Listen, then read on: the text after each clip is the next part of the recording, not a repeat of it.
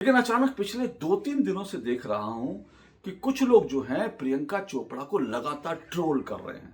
लगातार social media में उनके खिलाफ बयानबाजी कर रहे हैं। ऐसा लग रहा है कि ये लोग प्रियंका चोपड़ा से बहुत नाराज हैं।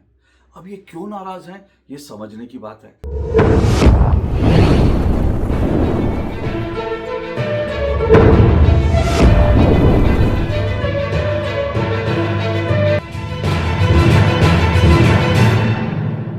आज का वीडियो शुरू करने से पहले बड़ा स्पष्ट कर दूं कि मैं कोई प्रियंका चोपड़ा का फैन नहीं हूं।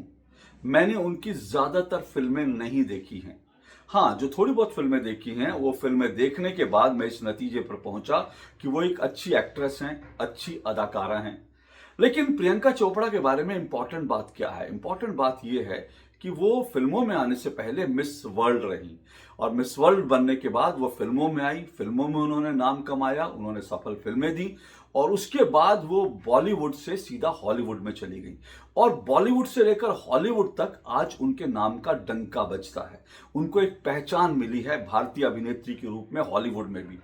तो अगर कोई एक महिला या कोई भी शख्सियत जिसने मिस वर्ल्ड जैसी प्रतियोगिता जीती हो और उसके बाद जो है बॉलीवुड से लेकर हॉलीवुड तक नाम कमाया हो, भारत की तरफ से नाम कमाया हो, तो उनको देखकर उनकी उपलब्धियों पर हर भारतीय को थोड़ी बहुत जो है उनको देख करके गर्व की अनुभूति तो जरूर होनी चाहिए और होती भी है। मुझे भी होता है कि चलो अच्छा लगता है कि जो है प्रियंका चोपड़ा जो आज ऑस्कर जैसे अवार्ड में जाती हैं और मंच पर जिनको बुलाया जाता है, तो कम से कम भारत को रिप्रेजेंट करती हैं, भारतीयता को रिप्रेजेंट करती हैं, तो ये जानकर अच्छा लगता है।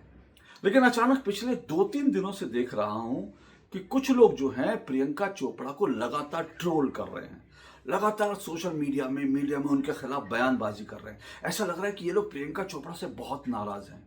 अब ये क्यों नाराज हैं, ये समझने की बात है। सबसे पहले जिनकी नाराजगी सामने आई वो बॉलीवुड की कुछ आंटियां हैं। माफ कीजिएगा, आंटी शब्द आपको आपत्ति हो सकती है और जिनका मैं जिक्र कर रहा हूं उनको भी आपत्ति हो सकती है। वो कहेंगे कि भाई तुम खुद भी इतने इस उम्र के हो और हमसे जो जो तुमसे छोटी उम्र की महिलाएं उनको तुम आंटियां कह रहे हो। तो मैं आंटी किसी को अगर कह रहा हूं यहां पर तो उनकी उम्र के कारण नहीं कह रहा हूं, बल्कि इसलिए कह रहा हूं क्योंकि जैसे कुछ आंटियों की फितरत होती है ना, मोहल्ले की कुछ आंटियों की, कि हर जगह जाकर नाक घुसानी है, हर चीज में बोलना है, जो अपना मसला नहीं है वहां पर भी बोलना है, इधर इस पड़ोस में भी बोलना है, उस पड़ोस में भी बोलना है, इस पड़ोसी को भी ज्ञान देना, उस पड़ोसी को भी ज्ञान देना है। मुझे इस तरह की मोहल्ले की जो आंटियां होती है ना, जो जानती है, जो ऐसा दिखाती है उनको सब कुछ पता है, लेकिन पता ढेले भर का नहीं होता, मैं उसके संदर्भ में कह रहा हूं कि बॉलीवुड की कुछ आंटियां। अब ये बॉलीवुड की आंटियां कौन है? जाहिर सी बात है, एक तो पुरानी आंटी हैं स्वरा भास्कर और एक नई वाली आंटी हैं तापसी पन्नू। ये दोनों जो हैं ये प्रियंका चोपड़ा से बड़ी खंदक खाए बैठी, बड़ी खार खाए बैठी हैं।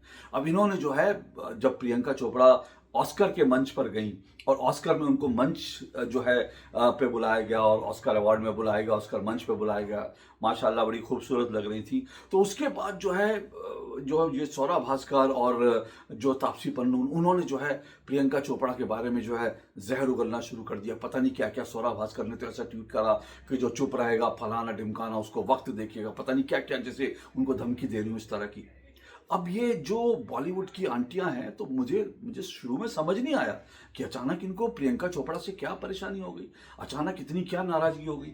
तो मुझे लगा, पहली नजर में मुझे लगा कि शायद जो है जेलसी एक कारण है, क्योंकि जो मोहल्ले की आंटियां होती हैं उनको जेलसी भी बहुत होती है। पड़ोस में नया टीवी आ गया, नई गाड़ी आ गई, तो सबसे पहले मोहल्ले की आंटियां जो ये परेशान हो जाती हैं। तो मुझे लगा शायद ये जेलसी कारण होगा। अब स्वरा भास्कर और तापसी पन्नू जिनकी हर दूसरी फिल्म जो है फ्लॉप होती है, किसी तरह से जो है कुछ उनके गैंग के 1-2 प्रोड्यूसर हैं उनकी गाड़ी खींच रहे हैं, और दूसरी तरफ जो है स्वरा भास्कर है, फिल्मों से तो आउटडेट हो चुकी हैं, स्वरा मोहम्मद भास्कर अब हो गई हैं, और किस किस तरह से उनको जो है महिला आज़ादी की बात करने वाली, किस किस तरह से जो है नकाब हिजाब पहनकर जो है मौलाना के बगल में अपनी पति के लिए हम वोट मांगने के लिए चली गई थी। तो उनकी तो खैर बात ही नहीं करनी चाहिए। आज वो ना 3 में है ना 13 में है, बस उनको कुछ कुछ बोलना है, इसलिए लोग उनका जो जहर उगलने वाला, जो उनका एक नागिन वाला रूप है ना, लोग इसके कारण उनको जो है जहर उगलने वाला, भारत के खिलाफ जहर उगलने वाला जो नागिन रूप है, उसके कारण उनके मिलियंस फॉलो कर रहे हैं और उसको लोग उनको फॉलो करते हैं जो आइडियोलॉजिकल रूप से उनसे जुड़े हैं। पर ठीक है, तो मुझे लगा कि ये दोनों जो हैं शायद जो है ये प्रियंका चोपड़ा से जलने के कारण, ये जो जलने वाली प्रवृत्ति होती है ना कि भाई देखो प्रियंका चोपड़ा ने इतना नाम कमा लिया बॉलीवुड में, हॉलीवुड में दोनों जगह नाम कमा रही है ये लड़की जो है, और जो है ऑस्कर में मंच तक पहुंच गई, कितना पैसा है, दुनिया इसको पहचानती है। तो मुझे लगा कि शायद जो है ये इस चिढ़ के कारण, ये जलन जो है ना, जलन, उस जलन के कारण ये प्रियंका चोपड़ा को जो है ट्रोल कर रही हैं, प्रियंका चोपड़ा के खिलाफ जहर उगल रही है। लेकिन फिर मैंने देखा कि ध्रुव राठी जो है वीडियो बना रहा है, वो जर्मन में बैठा जो कीटाणु बम है, वो कीटाणु बम आप समझते हैं, मैंने कई बार इसका इस्तेमाल पहले भी किया कि भारत को जो खतरा है वो परमाणु बम से नहीं, कीटाणु बम से। और कीटाणु बम जो है उन्हीं में से ये दोनों भी हैं, और कीटाणु बम में जो है ये भी आता है, ये जो जर्मनी में बैठा है। तो जर्मनी में बैठा कीटाणु बम जो है वो प्रियंका चोपड़ा पर वीडियो बना रहा है। और मजे की बात यह है कि प्रशांत भूषण जो है, उनके इतने बुरे दिन आ गए प्रशांत भूषण के कि वो जो है उस जर्मनी में बैठे जो कीटाणु बम है उसका वीडियो वो ट्वीट करके कहते हैं कि हाँ इनको सुनना चाहिए, जर्मनी में बैठे इस कीटाणु बम को सुनना चाहिए। तो मुझे लगा ये क्या यार, मतलब ये जर्मन का कीटाणु बम, भारत का ये कीटाणु बम जो है, ये सब जो है प्रियंका चोपड़ा के खिलाफ जहर उगल रहे हैं।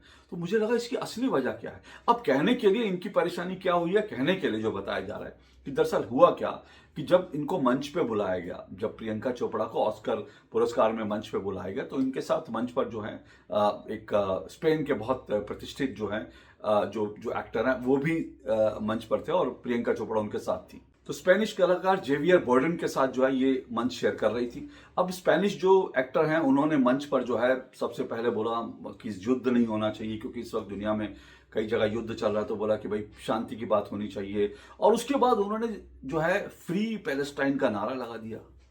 अब युद्ध नहीं होना चाहिए तो सभी को लगता है युद्ध नहीं होना चाहिए, और सच वास्तव में युद्ध नहीं होना चाहिए। युद्ध से किसी का भला नहीं होता, एक बार नहीं मैं बार बार कह रहा हूँ। लेकिन फ्री पैलेस्टाइन का नारा लगा दिया। अब प्रियंका चोपड़ा उनके बगल में खड़ी थी। अब प्रियंका चोपड़ा जो है उनकी बात पर वो बस मुस्कुराती रही, उन्होंने कुछ बोला नहीं। अब इसी पर इनको जलन मच गई। हालांकि कुछ जो हैं, जो राइट विंग के लोग हैं ना, उनको भी कुछ लोगों को खराब लगा। कुछ लोगों ने ट्वीट करा कि प्रियंका चोपड़ा मुस्कुरा रही थी जब वे फ्री पैलेस्टाइन की बात कर रहा था, वो मुस्कुरा रही थी, मुस्कुरा कर हाँ में हाँ मिला रही थी। अब कुछ लोगों को लगा कि प्रियंका चोपड़ा मुस्कुरा कर हाँ में हाँ मिला रही थी फ्री पैलेस्टाइन के, और बाकी लोगों को लगा कि प्रियंका चोपड़ा ने फिलिस्तीन की आज़ादी का नारा क्यों नहीं लगाया। ऑस्कर के मंच से इतना बड़ा उनको मंच मिला, उनको जय फिलिस्तीन बोलना चाहिए ओवैसी की तरह। तो जो है प्रियंका चोपड़ा की तरह फ्री पैलेस्टाइन का बैग लेकर संसद में जाना चाहिए। अब ये जो है प्रियंका गांधी वाड्रा की तरह, माफ कीजिएगा, प्रियंका गांधी वाड्रा की तरह प्रियंका चोपड़ा को फ्री पैलेस्टाइन का बैग लेकर संसद में जाना चाहिए। तो दोनों ही तरफ के लोग, मुझे लगा कि थोड़ा थोड़ा कुछ लोग आहत हुए। अब मुझे समझ में नहीं आता कि इन लोगों के आहत होने की वजह क्या है। तो वैसे तो देखिए सीधी सी बात है, प्रियंका चोपड़ा मंच पर थी और मंच पर उनके साथी जो थे, उन्होंने जो एक अंतर्राष्ट्रीय कलाकार उन्होंने कुछ कहा। अब वो जरूरी थोड़ी है कि जो कुछ कहा उसके हाँ में हाँ मिलाएं, या जो कुछ कहा उसका विरोध करें। जिन लोगों को लगता है कि वो मुस्कुराई क्यों, तो मुस्कुराती नहीं तो मुंह बना लेती, नाराजगी दिखाती, गुस्सा हो जाती वहां पर। भाई उन्होंने तहजीब के जो दायरे में आता है, प्रियंका चोपड़ा ने वो सब कुछ किया। उन्होंने हल्के से स्माइल करी और चुप रही। ना उनको वहां नारा लगाना था, ना उनको जय फिलिस्तीन की जिंदाबाद करना था। तो उन्होंने अपनी भूमिका बहुत अच्छे से निभाई। अब इस पर कई लोग नाराज हो गए। अब ये जो दूसरे वाले कीटाणु बम वाली जो ब्रिगेड है ना, वो इसलिए नाराज है कि इन्होंने फ्री पैलेस्टाइन का नारा क्यों नहीं लगाया और ये चुप क्यों है। अब मुझे इनकी बुद्धि पे तरस आता है कि मतलब प्रियंका चोपड़ा एक अंतर्राष्ट्रीय जो है एक शख्सियत बन चुकी हैं, अंतर्राष्ट्रीय मंच पर जाएंगी तो उनको फ्री पैलेस्टाइन की बात करनी है। वो तो ये भी कह सकती हैं कि एंटी टेररिज्म के खिलाफ बोल सकती थी, क्योंकि भारत तो टेररिज्म से पीड़ित है ना। वो कुछ और बोल सकती थी, लेकिन इनको अगर जो है फिलिस्तीन के पक्ष में नहीं बोला तो इस पर नाराजगी वाली क्या बात होगी। हालांकि बता दूं कि इसके पहले जब जो है ऑल आइज ऑन रफा पर जब एक पूरा का पूरा अभियान चला था ना, जब फिलिस्तीन के समर्थन में, तो प्रियंका चोपड़ा ने बाकायदा उसके समर्थन में अपने सोशल मीडिया अकाउंट पर लिखा था। ठीक है, अब इससे ज्यादा अब रोज रोज जय फिलिस्तीन, फिलिस्तीन जिंदाबाद, फिलिस्तीन जिंदाबाद, फिलिस्तीन को आजादी दो, फिलिस्तीन को। वो कोई एक्टिविस्ट थोड़ी है कि जो ये सब कुछ करती रहेंगी। अब तापसी पन्नू और स्वरा भास्कर के पास तो बहुत कम काम है, स्वरा के पास तो बिल्कुल काम नहीं है, तापसी पन्नू के पास थोड़ा बहुत काम है। तो इसलिए वो समझ में आता है कि तापसी पन्नू जो है थोड़ा बहुत जैसी जब उनका काम नहीं होता, खाली बैठी होती है, बेरोजगार होती है, तो जय फिलिस्तीन और कुछ एक्टिविज्म करने लगती है। स्वरा भास्कर तो पूरी तरह से खाली बैठी है, तो उनका समझ में आता है खाली बैठे हैं तो वो जय फिलिस्तीन कहें या कुछ भी कहें, वो उस तरह की चीजें कर सकती हैं। लेकिन प्रियंका चोपड़ा को ये सब करने की जरूरत नहीं है। उनके पास नाम, शोहरत, सब कुछ है। और दूसरी बात यह कि वो जब उनको मौका होता है तब वो बोलती हैं। लेकिन फिर जब मैंने और डिटेल में जाके रिसर्च करनी शुरू करी, क्योंकि मैंने कहा ना, ऑल आइज ऑन राफा का वो ऑलरेडी ट्वीट उन्होंने करा था, और वो रिफ्यूजीज को लेकर भी कुछ कुछ उन्होंने पहले वीडियोस बनाए हैं, वो सब करती रहती हैं। तो फिर मुझे लगा कि असली इनकी वजह क्या है भाई, इसकी तो खोज करनी पड़ेगी। ये दोनों बॉलीवुड की जो स्वरा, तापसी और ये जो जर्मनी में बैठा कीटाणु बम है, भारत में बैठे जो कीटाणु बम है, इनको क्या परेशानी हुई है, असली परेशानी क्या है, इसकी तह तक जाना चाहिए। अब जब मैं रिसर्च कर रहा था तो असली कारण की तह तक मैं पहुंच ही गया। और असली कारण जानते हैं क्या है?